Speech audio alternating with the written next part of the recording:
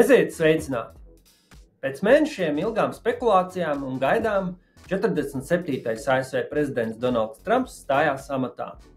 Inaugurācijas runa saturēja lielāko daļu no iepriekš paustā, pēc kuras nāca virkne prezidenta dekrētu, kas bija veids, kā Amerikas prezidents varēja apiet kongresu un nekavējoties uzsākt savu politiku. No daudziem pasākumiem tiks izsludināti 2 valsts mēroga ārkārtas stāvokļi, viens pie dienvidu robežas un viens enerģētikas ziņā. Robeža ar Meksiku tiks slēgta un tiks īstenotas masveida deportācijas. ASV izstājas no Parīzes nolīguma un tiks novērsti šķēršļi jaunas naftas un gāzes ieguvēji. Tarifi finansēs jaunu ēru, kurā ASV atkal palielinās savu preču ražošanu, taču tieši tarifu praktiskā ieviešana izraisīja tirgus izmaiņas un pārskatāmā laikā saglabāsies liela nenoteiktība, tā skaitā kā citas valstis uz šiem pasākumiem reaģēs. Parādījās informācija, ka tirdzniecības jautājumi tiks izmeklēti dažādās iestādēs, koncentrējoties uz daļām, kurās nelīdzsvarotība un negodīga rīcība ir visizteiktākā. Ja tā, tad tas ir tradicionālāks un paredzamāks veids, kā risināt šo problēmu. Ziņas par to, ka netiek noteikti tūlītēji tarifi, izraisīja ASV dolāra kritumu.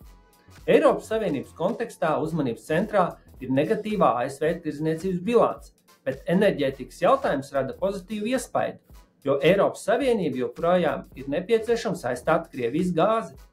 Naftas cena nedaudz kritās, taču šajā ziņā joprojām izaicinājums ir tāds, ka liela mēroga naftas iegūs palielināšanai ASV ir nepieciešama augsta cena. Vienlaikus jāsamazinās naftas ieguvēji citās valstīs. Mūs gaida ļoti aizraujoša nedēļa, jo Fed, ECB, Kanādas banka un Rīgas banka paziņos par procentu likmēm. Dažreiz saka, ka tirgus vienlaikus var koncentrēties tikai uz vienu lietu, un dienas kārtībā neapšaubāmi dominē Donalda Trumpa tirdzniecības politika. Fakts, ka dienu pēc Trumpa inaugurācijas pasaulē vēl netika krasi paaugstināti tarifi, galu galā tika uztverts ar atvieglotu nopūtu. Taču jau otrdien parādījās jauni tarifu draudi pret Ķīnu. Trumpa administrācija apspriež 10% muitas tarifu noteikšanu Ķīnai 1. februārī. Ņemot vērā visaptverošo globālā tirdzniecības kara pasludināšanu, realitātē Trumpa pirmajās 2 prezidentūras dienās tikai 3 ASV lielākajiem tirdzniecības partneriem draudēja ar tarifiem. Tas ir Meksikai, Kanādai un Ķīnai. Pārējām valstīm ir iespēja nesatraukties līdz 1. aprīlim, jo tieši tad klajā nāks Trumpa pasūtītie ziņojumi par tirdzniecību un investīcijām. Trešdien pozitīvs akciju tirgus noskaņojums turpinājās, jo īpaši tehnoloģija akcijas veicināja ASV akciju tirgu pieaugumu. Tehnoloģija akciju pieaugumu galvenokārt nodrošināja Trumpa paziņojums par investīcijām ASV mākslīgā intelekta jomā. To atbalstīja arī Netflix, kas publicēja darbības ziņojumu, kas pārsniedz gaidīto. Naftas cenas turpināja kristies 5 dienas pēc kārtas. Savā pirmajā uzstāšanās Pasaules ekonomikas forumā Davosā Trumps paziņoja, ka lūg Saudārābiju un OPEC pazemināt naftas cenas un aicināja centrālās bankas visā pasaulē pēc tam samazināt procentu likmes. Tas var liecināt, ka Trumps sagaida pozitīvu piegādes šoku enerģētikas tirgū, lai samazinātu inflācijas gaidas un tādējādi arī samazinātu procentu likmes. Viņš arī izmantoja iespēju un uzstāja, ka uzņēmumi visā pasaulē vairāk savas produkcijas ražo ASV, lai netiktu pakļauti tirdzniecības tarifiem. Interesanti bija ziņa par būtisku apvērsumu aktīvu pārvaldītāju uzvedībā apstākļos, kad bažas par Trumpa negatīvo ietekmi uz Eiropu ir mazinājušās un akciju novērtējums ir salīdzinoši lēts. Bloomberg norādīja uz Bank of America ikmēneša veikto aktīvu pārvaldnieku aptauju, kas janvārī uzrāda lielāko Eiropas akciju svara pieaugumu mēnesī kopš 2015. gada. Tikai 19% fondu pārvaldnieku janvārī bija pārsvars ieguldījumos ASV akcijās, kas ir zemāk par 36% vēl decembrī. Pārēja no ASV akcijām uz Eiropas akcijām bija lielākā kustība gandrīz 10 gadu laikā. Rekordlielais ASV akciju kāpums, kas trešdien sasniedz jaunu augstāko līmeni, ir samazinājis nākotnes peļņas ienesīgumu. Tas ir paredzamo peļņu procentos no akciju cenām. S&P 500 indeksā līdz 3,9%. Obligāciju izpārdošana ir palielinājusi 10 gadu obligāciju ienesīgumu līdz 4,65%. Tas nozīmē, ka atšķirības starp abiem tās sauktās akciju riska prēmijas mēra vai papildus kompensācija ieguldītājiem par risku, ka viņam pieder akcijas, ir iegājusi negatīvā zonā un sasniegusi līmeni, kāds pēdējo reizi tika novērots 2002. gadā dotcom burbuļa laikā. Nedēļas nogalē draudēja izcelties tirdzniecības karš starp ASV un Kolumbiju, pēc tam, kad Kolumbijas prezidents apturēja 2 reisus no ASV, kas veda deportētos migrantus. Trumps draudēja noteikt 25% tarifus visām Kolumbijas precēm. Kolumbija savukārt draudēja atbildēt ar prettarifu 25% apmērā ASV precēm. Tomēr pirmdienas sākumā parādījās ziņas, ka tirdzniecības karš ir pārtraukts pēc tam, kad Kolumbija piekrita uzņemt migrantus. Tiek uzskatīts, ka tarifu strīds ir negatīvi ietekmējis biržas futures darījumus gan Eiropā, gan ASV. Amerikas politika palika fokusā arī citās jomās. Liela ekonomiskā ietekme būs lēmumam iesaldēt visu ASV palīdzību, izņemot Izraēlai un Ēģiptei uz 90 dienām, kuru laikā tiks vētīta palīdzības mērķi un jēga. Amerikāņu diplomāti cenšas panākt, lai arī Ukraina būtu izņēmums, taču šķiet, ka lēmums nav pieņemts. Tomēr militārais atbalsts ietekmēts netiek, norāda Ukraina. Apturēšana ietekmē atbalstu aptuveni 70 miljārdu ASV dolāru apmērā. Trumpa izpildrīkojums Unleash American Energy ir apturējis federālos maksājumus ražotājiem un infrastruktūras attīstītājiem. Tostarp naudu, kas piešķirta saskaņā ar Baidena parakstīto inflācijas samazināšanas likumu.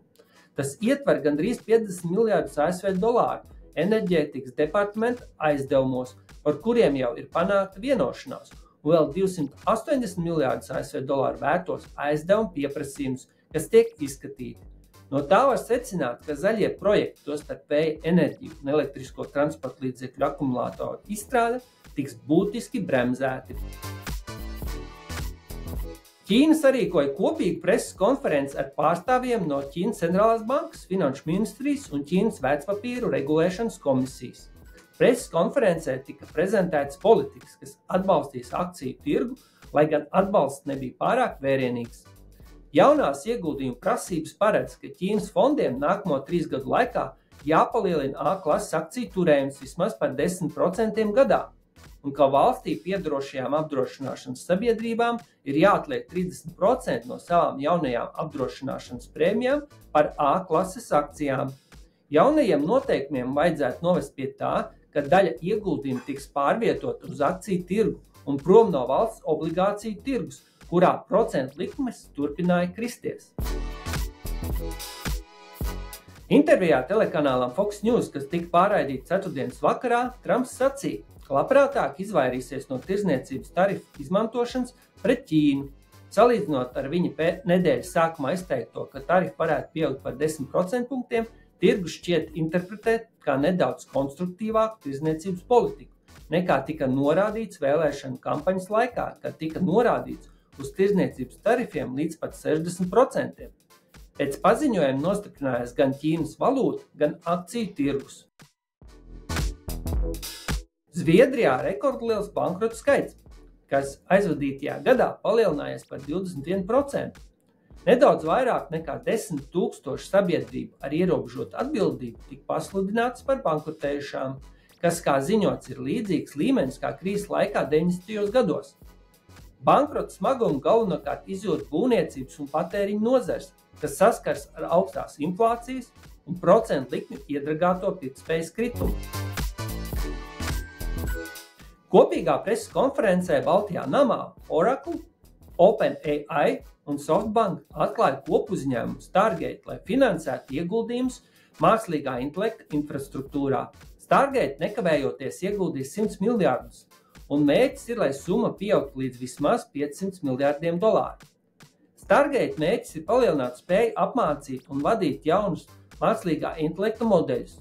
Viens no pirmajiem Trumpa rīkojumiem bija atcelt vairākus Bidena administrācijas ar mākslīgo intelektu saistītos noteikumus. Saskaņā ar UBS prognozēm lielākās biržā kotētās Eiropas un apvienotās Karalistes bankas nākamajās nedēļās paziņos par 74,4 miljārdu eiro dividendēm un 49 miljārdu eiro vērtu akciju atpirkšanu, kad tās ziņos par aizvadītā gada peļņu. Atdeves mērogs pārsniegt pat 2023. gadā ieguldītajiem piešķirtās dividendes.